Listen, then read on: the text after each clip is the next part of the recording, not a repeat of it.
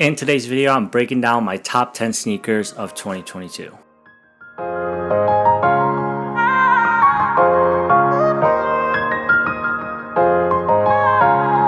What's going on, guys? This is Sean here. Welcome back to my YouTube channel and to today's video. Guys, this has been one of the more requested videos as of late, and I'm very excited to get into my list because I love looking back and breaking down some of my favorite releases of this year.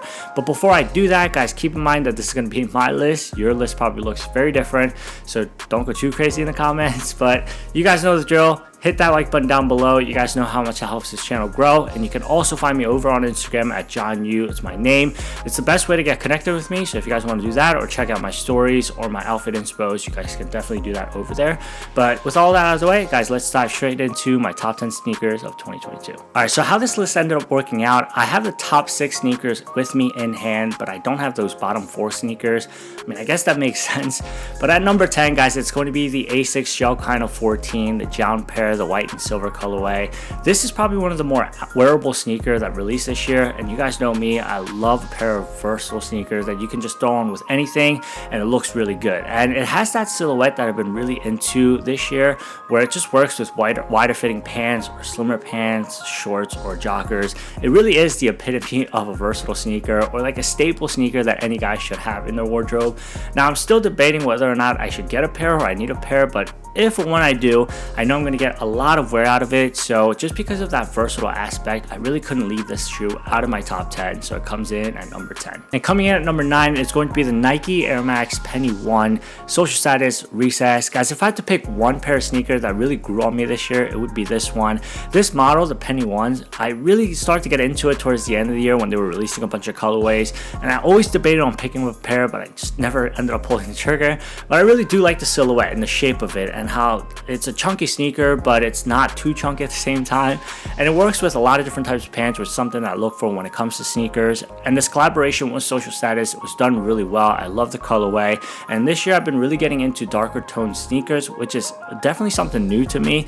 So I had no doubt that this was going to be in my top 10 list. So it falls in at number 9. All right, number 7, it's going to be the Jordan 1 Low Travis Scott Reverse Mochas. Again, a very wearable shoe composed of all the neutral color tones that you guys know by now that I really enjoy.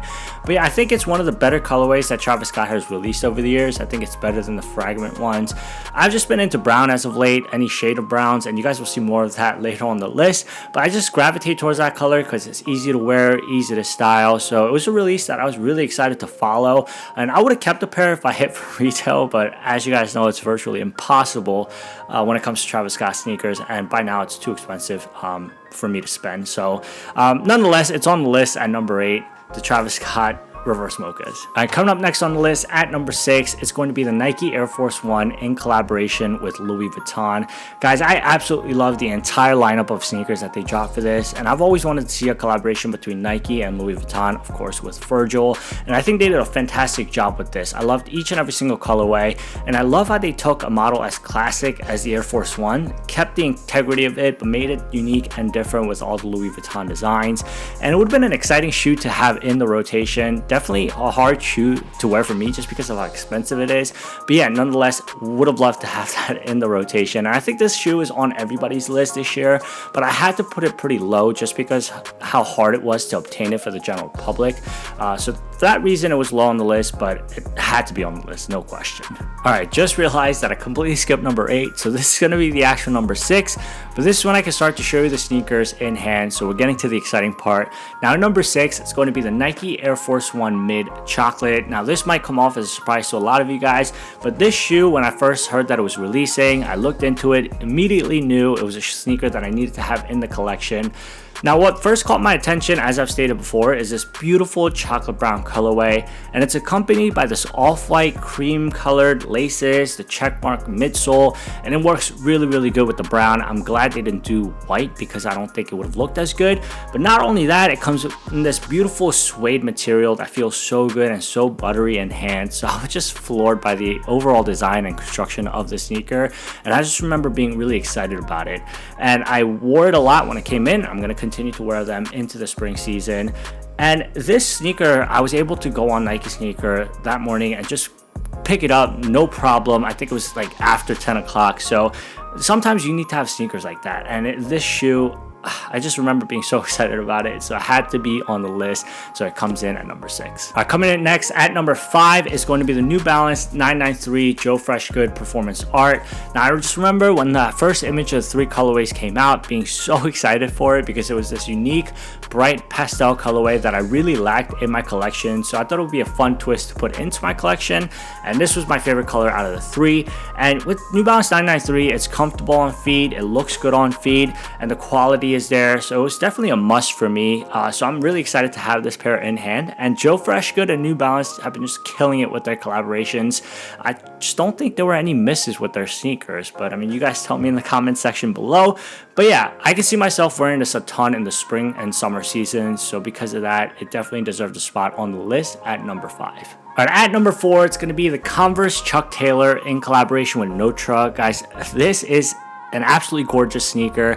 Comes in this beautiful chocolate brown colorway, and the best part about this sneaker is the 3 different textures and material that they use to compose the sneaker. So on the medial side has this woven like texture, and on the lateral side it's your typical canvas that you would see on any other Chuck Taylors, and for the tongue they're using this hairy suede like material. So all of that thrown into one sneaker definitely makes it unique and different. But when you're wearing wider fitting pants and it's covering the sneakers, it just seems like a pair of brown Chuck Taylors, but because of all those little details and designs, it makes them unique and stand apart, which is something that I've been really enjoying with these sneakers. And ever since I got them, I've been wearing them a lot, and it's a shoe that I can see myself wearing all next year, like from the spring all the way into the winter. And it's just, you know, Chuck Taylors, it looks good with everything, and I was actually looking for a pair to add into my rotation, so this came at a perfect time, and I was just so excited about this because of the overall design. So definitely deserves a spot on the list at number 4.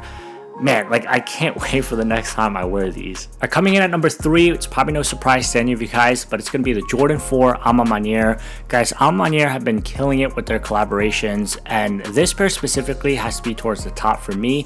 I love what they do with the sneakers, the stories behind it. They're always adding little details to their shoes to make them better, in my opinion. So like the quilted inner lining gives it that luxurious feel. The cream midsole works really well with the deep purple colorway of the shoe, and contrary to what a lot of people are saying, I think these shoes are pretty versatile and it pairs really well with a lot of different pieces. So I've been wearing it a ton and I've been really enjoying them, and you guys know how I feel about the 4s.